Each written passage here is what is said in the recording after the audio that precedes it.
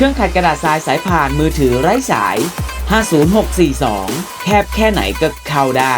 ด้วยกระดาษทรายหน้ากว้าง 13 มิลลิเมตรและทรงพลังด้วยมอเตอร์บัสเลตที่ทำรอบได้สูงถึง 1,700 รอบต่อนาทีและปรับความเร็วได้ถึง 6 ระดับสามารถปรับองศาของหัวขัดได้ตั้งแต่-30 องศาไปจนถึง 90 องศามาพร้อมกับไฟ LED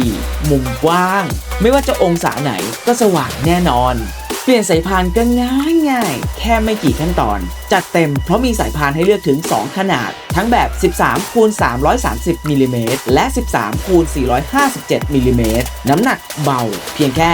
0.9 กิโลกรัมสามารถใช้กับแบตเตอรี่ทั้ง P20 X20 และ XT20 และประกันยาวนานถึง 24 เดือนงานเนียบงานเนียนงานละเอียดต้องมีติดไว้นะครับกับเครื่องขัดกระดาษทรายสายพานมือถือไร้สาย 50642 จาก Pumpkin